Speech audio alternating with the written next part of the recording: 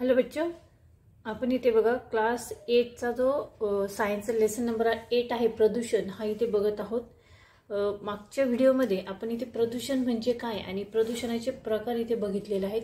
त्यामधील प्रदूषण मधील जे हवा प्रदूषण आहे तर आपण सुरुवात केलेली होती।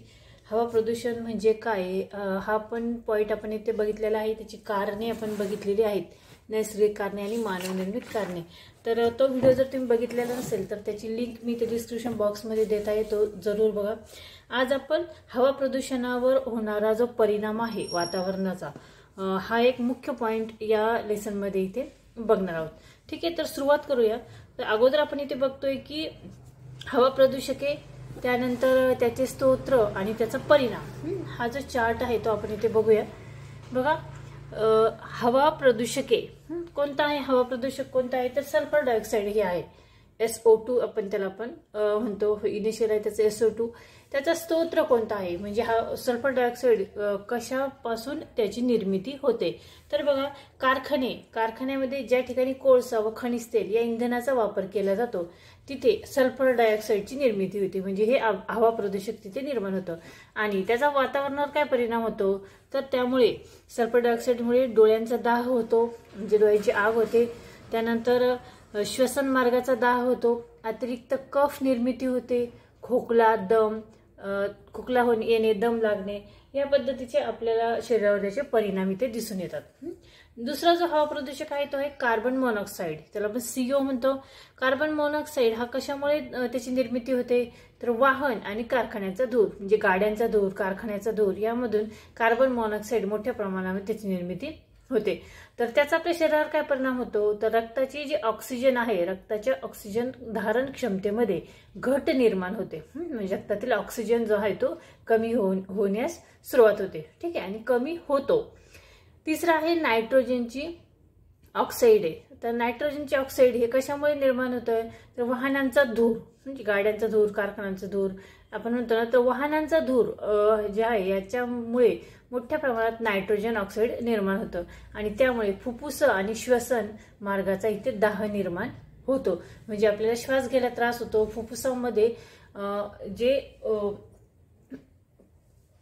कार्बन साचते, फुफ्फुस जे आपली पूर्ण जर सोनोग्राफी मध्ये आपण एक्सरे मध्ये जर बघितलं तर फुफ्फुस हे आपले दिसत नाही, पूर्ण काळा धूर असा दिसतो। तर तो जो असतो तो नायट्रोजन ऑक्साईडचा असतो। त्यानंतर पुढचा आहे बघा, हवेत मिसळणारे कणरूप पदार्थ।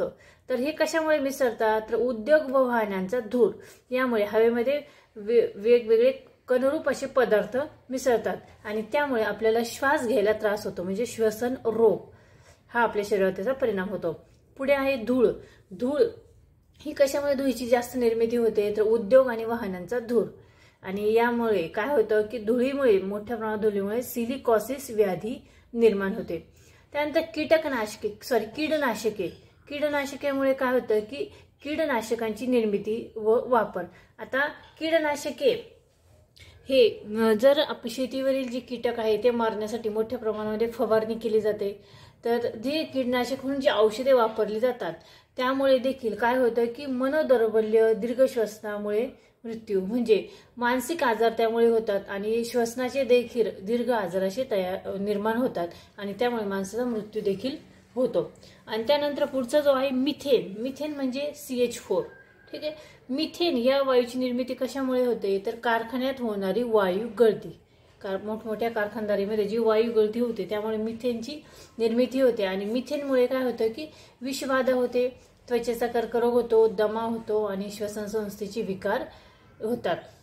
तर या पद्धतीने आपण हा इथे चार्ट बघितलेला आहे, हवा प्रदूषके आणि त्याचा स्तोत्र व त्याचे परिणाम।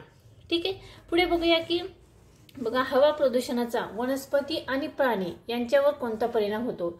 वनस्पतीवर होणारा परिणाम म्हणजे पर्णछिद्रे बुजून जातात, म्हणजे पानामधील जे बारीक बारीक छिद्रे असतात ज्यामुळे वनस्पती स्वतःचे अन्न स्वतः तयार करतात। वनस्पती कशा असतात, स्वयंपोषी असतात, त्या स्वतःचे अन्न स्वतः तयार करतात। तर वनस्पती हवा प्रदूषणामुळे काय होतं की वनस्पतीमधील जी पानामधील जी छिद्रे असतात ती बुजून जातात, त्यामुळे ती आपली स्वतःचे अन्न स्वतः तयार करत नाही, त्यामुळे त्यांची प्रकाश संश्लेषणाची क्रिया जी आहे ती मंदावते, वनस्पतींची वाढ खुंटते, झाडांची वाढ होत नाही आणि त्यामुळे पाने गळतात, पिवळी पडतात।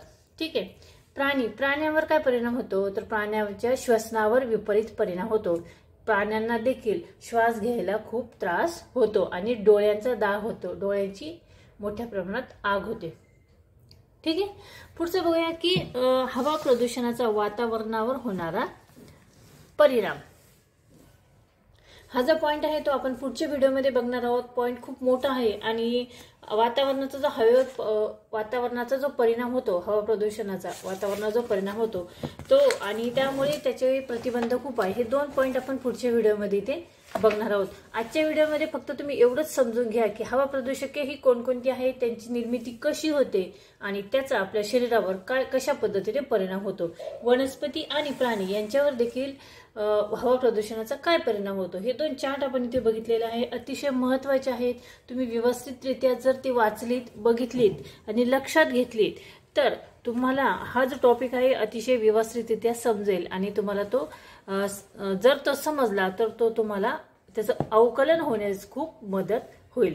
ठीक आहे. पुन्हा भेटूया पुढच्या व्हिडिओमध्ये. तोपर्यंत बाय बाय.